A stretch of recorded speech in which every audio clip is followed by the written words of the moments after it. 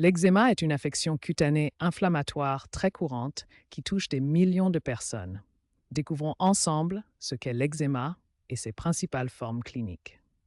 L'eczéma, également appelé dermatite, est une inflammation de la peau qui se caractérise par des rougeurs, des démangeaisons et parfois des vésicules ou des croûtes. Il existe 4 principales formes cliniques d'eczéma que nous allons explorer. Chacune a ses propres caractéristiques et localisations préférentielles. Premièrement, l'eczéma atopique ou dermatite atopique. C'est la forme la plus courante, souvent associée à un terrain allergique et touchant particulièrement les enfants. Deuxièmement, l'eczéma de contact. Il se divise en 2 sous-types: allergique, causé par une réaction à un allergène spécifique, et irritatif, dû à l'exposition à des substances irritantes. Troisièmement, la dyshydrose, aussi appelée eczéma bulleux. Elle se caractérise par de petites vésicules très prurigineuses sur les mains et les pieds. Enfin, l'eczéma chronique des mains.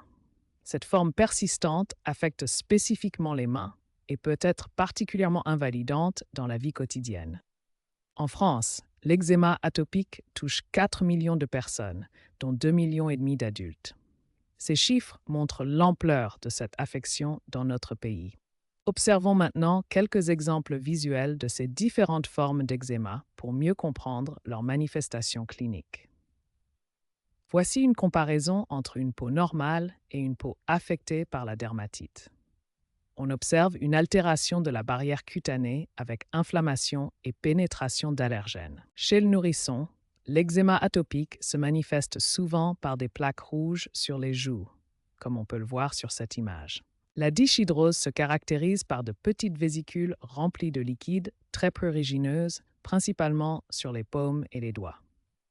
L'eczéma chronique des mains peut présenter des aspects très sévères, avec sécheresse, fissures et inflammations importantes, comme illustré ici.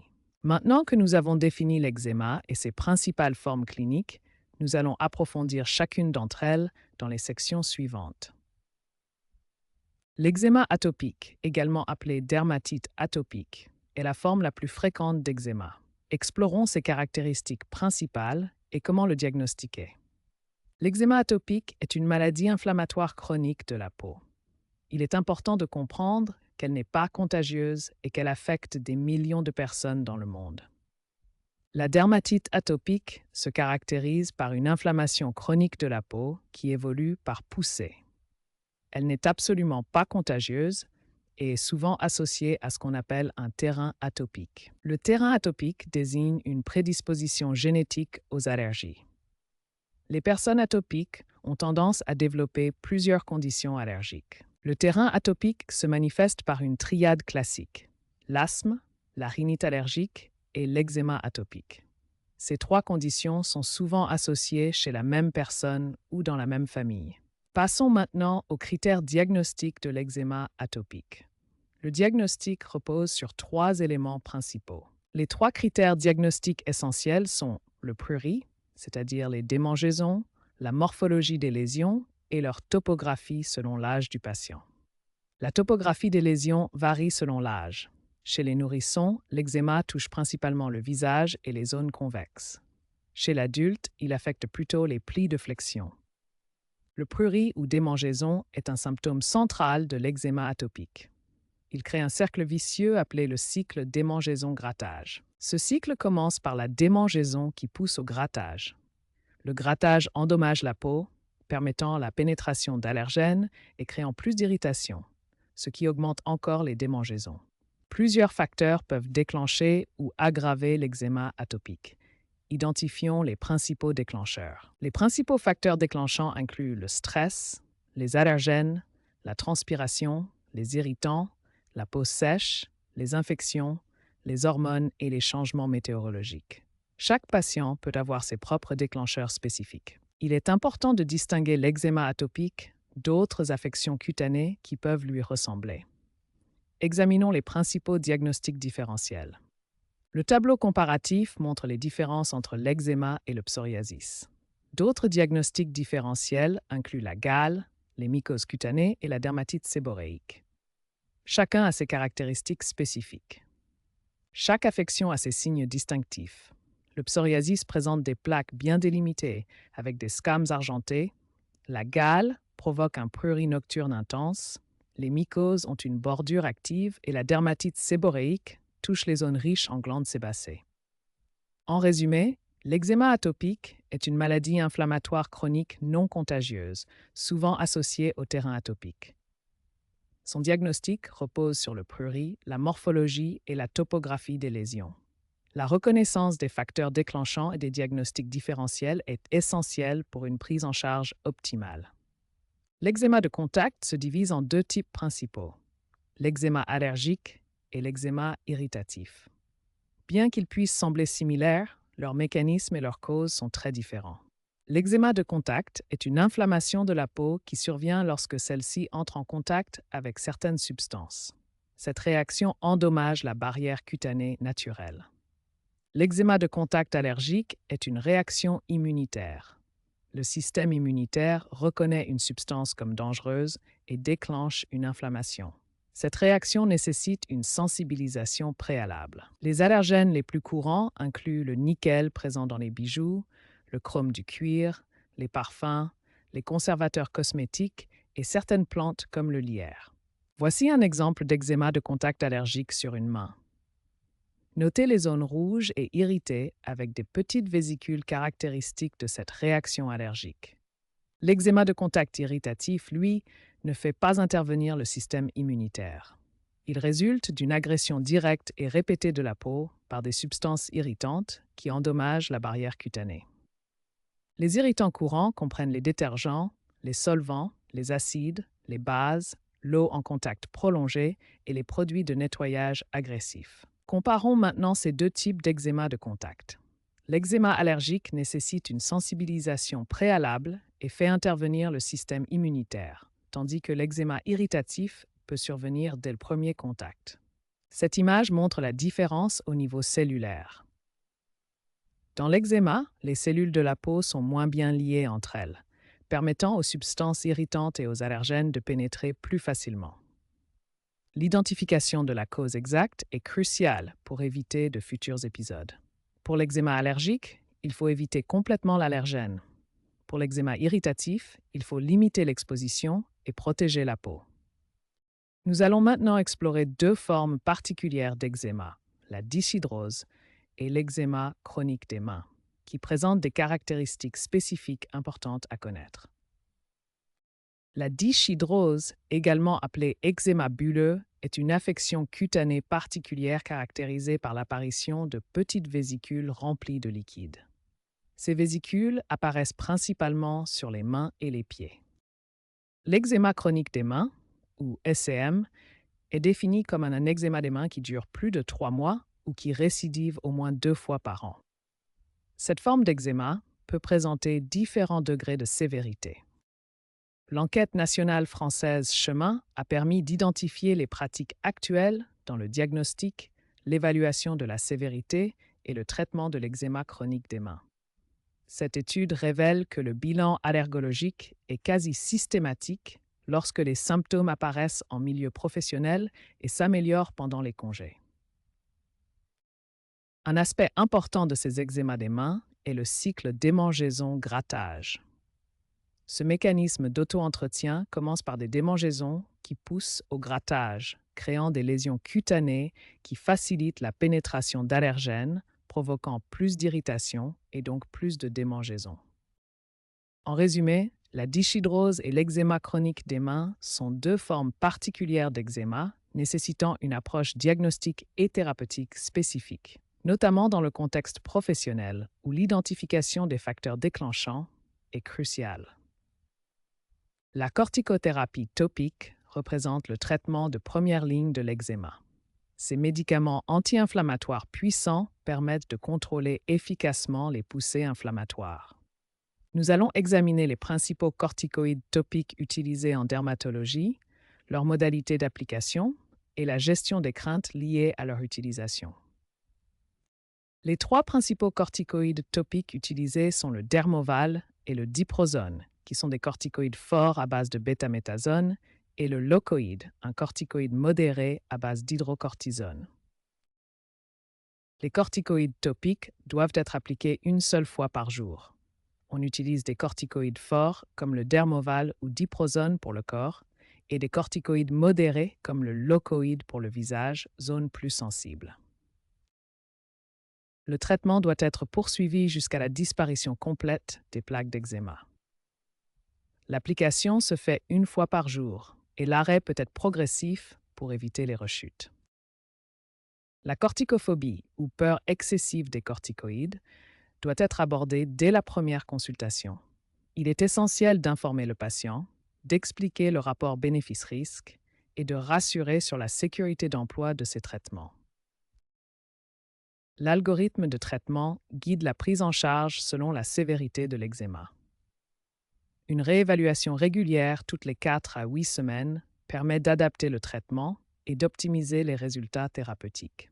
La corticothérapie topique reste le traitement de référence de l'eczéma. Une utilisation appropriée, avec une information claire du patient, permet d'obtenir d'excellents résultats tout en minimisant les effets indésirables. Dans cette section, nous allons explorer les traitements essentiels de l'eczéma au-delà des corticostéroïdes topiques. Nous commencerons par les émollients, véritables piliers du traitement de base. Les émollients jouent un rôle fondamental dans la prise en charge de l'eczéma. Ils permettent de restaurer et maintenir la fonction barrière de la peau, qui est altérée dans l'eczéma. Cette image illustre parfaitement la différence entre une peau normale et une peau endommagée par l'eczéma. Dans la peau normale, la barrière de sébum et le stratum corneum retiennent l'humidité et empêchent la pénétration des allergènes. Dans la peau eczémateuse, cette barrière est compromise, entraînant une perte d'hydratation et permettant aux allergènes et irritants de pénétrer plus facilement.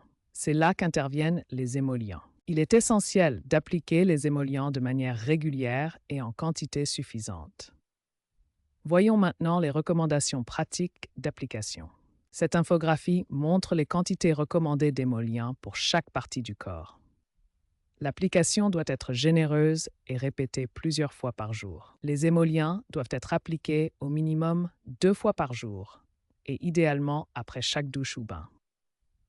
Ils constituent le traitement de fond de l'eczéma et doivent être poursuivis même en dehors des poussées. Passons maintenant aux inhibiteurs de la calcineurin, une alternative importante aux corticostéroïdes topiques, particulièrement utile pour les zones sensibles comme le visage. Les inhibiteurs de la calcineurin, comme le tacrolimus et le pimecrolimus, représentent une avancée majeure dans le traitement de l'eczéma. Ils agissent en bloquant l'activation des lymphocytes T. Ce schéma illustre le mécanisme d'action du tacrolimus. Il forme un complexe avec la protéine FKB12 et inhibe la calcineurine, empêchant ainsi l'activation du facteur de transcription NFAT et la production de cytokines inflammatoires. Ces traitements présentent plusieurs avantages. Ils n'entraînent pas d'atrophie cutanée, peuvent être utilisés sur le visage et les plis et sont particulièrement indiqués chez l'enfant et pour les traitements prolongés. Enfin, explorons les nouvelles thérapies biologiques qui révolutionnent la prise en charge de l'eczéma sévère, notamment le lebrikizumab et le nemolizumab. Le lebrikizumab est un anticorps monoclonal qui cible spécifiquement l'interleukine 13, une cytokine clé dans l'inflammation de l'eczéma atopique. Il est approuvé et remboursé en France depuis récemment. Cette illustration montre comment le lebrikizumab bloque la formation du complexe IL-13 avec ses récepteurs, interrompant ainsi la cascade inflammatoire responsable des symptômes de l'eczéma. Le nemolizumab, quant à lui, cible le récepteur de l'interleukine 31, particulièrement impliqué dans le prurigo. Ces traitements sont réservés aux formes modérées à sévères résistantes aux traitements conventionnels. Ces avancées thérapeutiques offrent de nouveaux espoirs pour les patients atteints d'eczéma sévère, complétant l'arsenal thérapeutique existant avec les émollients et les inhibiteurs de calcineurine. Le bilan allergologique et l'orientation vers une prise en charge spécialisée sont des étapes cruciales dans la gestion de l'eczéma complexe ou résistant aux traitements de première ligne. Un bilan allergologique est recommandé dans 3 situations principales. Premièrement, en cas de réaction immédiate de type IgE, survenant moins de 2 heures après l'exposition à un allergène potentiel. Deuxièmement, lorsque la dermatite atopique est modérée à sévère et résistent à un traitement bien conduit selon les recommandations. Troisièmement, en cas de suspicion d'aggravation liée à l'alimentation, survenant 6 à 48 heures après la prise alimentaire, sans réaction immédiate initiale. Il est essentiel de différencier les allergies vraies des sensibilités et intolérances. Ce tableau comparatif présente les caractéristiques distinctives de chaque type de réaction. Les allergies impliquent le système immunitaire et peuvent être graves, tandis que les sensibilités et intolérances ont des mécanismes différents et sont généralement moins sévères. L'évaluation de la sévérité utilise le score IASI, qui mesure l'étendue et l'intensité de la dermatite atopique. Ce score divise le corps en 4 régions principales. Chaque région est évaluée selon le pourcentage de surface atteinte, permettant une cotation objective de 0 à 6 points par région. L'orientation vers un dermatologue est recommandée pour les eczémas sévères, atypiques ou en cas d'échec des traitements de première ligne. L'allergologue intervient pour réaliser les tests allergologiques spécialisés, explorer les allergies alimentaires et proposer des protocoles de désensibilisation si nécessaire. L'examen clinique spécialisé comprend une inspection minutieuse des lésions, l'évaluation de leur texture et de leur distribution anatomique. Le spécialiste recherche également les signes associés et évalue le retentissement sur la qualité de vie du patient, élément essentiel pour adapter la prise en charge thérapeutique. En conclusion, une approche multidisciplinaire coordonnée entre médecins traitants, dermatologues et allergologues permet d'optimiser la prise en charge des patients atteints d'eczéma complexe ou résistant. Dans cette dernière section, nous aborderons les conseils pratiques pour vivre avec l'eczéma et les perspectives d'avenir prometteuses pour les patients. Commençons par les conseils pratiques du quotidien qui peuvent considérablement améliorer la qualité de vie des patients atteints d'eczéma. Les recommandations françaises récentes soulignent l'importance d'éviter les vêtements irritants comme la laine ou les synthétiques rugueux qui peuvent aggraver les démangeaisons. Le tabagisme est fortement déconseillé car il aggrave l'inflammation cutanée et peut retarder la guérison des lésions d'eczéma. Pour l'hygiène quotidienne, privilégiez des douches tièdes et courtes. L'eau chaude dessèche la peau et peut aggraver les symptômes. La gestion du stress est cruciale car il constitue un facteur déclenchant majeur des poussées d'eczéma. Au-delà de ces conseils pratiques, une prise en charge globale est essentielle pour traiter l'impact multidimensionnel de l'eczéma. La prise en charge moderne de l'eczéma doit tenir compte de son retentissement multidimensionnel sur la vie du patient. L'eczéma et la santé mentale sont intimement liés. La maladie peut provoquer des perturbations émotionnelles importantes qui nécessitent une attention particulière. L'impact s'étend également à la vie familiale et il est crucial d'aborder la corticophobie dès la première consultation pour optimiser l'adhérence au traitement. Les statistiques montrent que 25,9% des patients ont un absentéisme au travail, avec une durée moyenne d'arrêt de 20,6 jours par an. Tournons-nous maintenant vers l'avenir, avec les perspectives prometteuses qui s'ouvrent pour le traitement de l'eczéma. L'avenir du traitement de l'eczéma s'annonce très prometteur, avec l'arrivée de nouvelles thérapies ciblées révolutionnaires. Le lebrikizumab, un anticorps monoclonal ciblant l'interleukine 13, est désormais approuvé et remboursé en France pour la dermatite atopique modérée à sévère. Le nemolizumab, ciblant le récepteur de l'interleukine 31, a été approuvé par la Commission européenne en février 2025. Le delgocitinib, un inhibiteur JAK topique, est disponible en France depuis octobre 2024 pour l'eczéma chronique des mains. L'avenir s'oriente vers une personnalisation des traitements et la recherche de biomarqueurs spécifiques pour optimiser la prise en charge de chaque patient.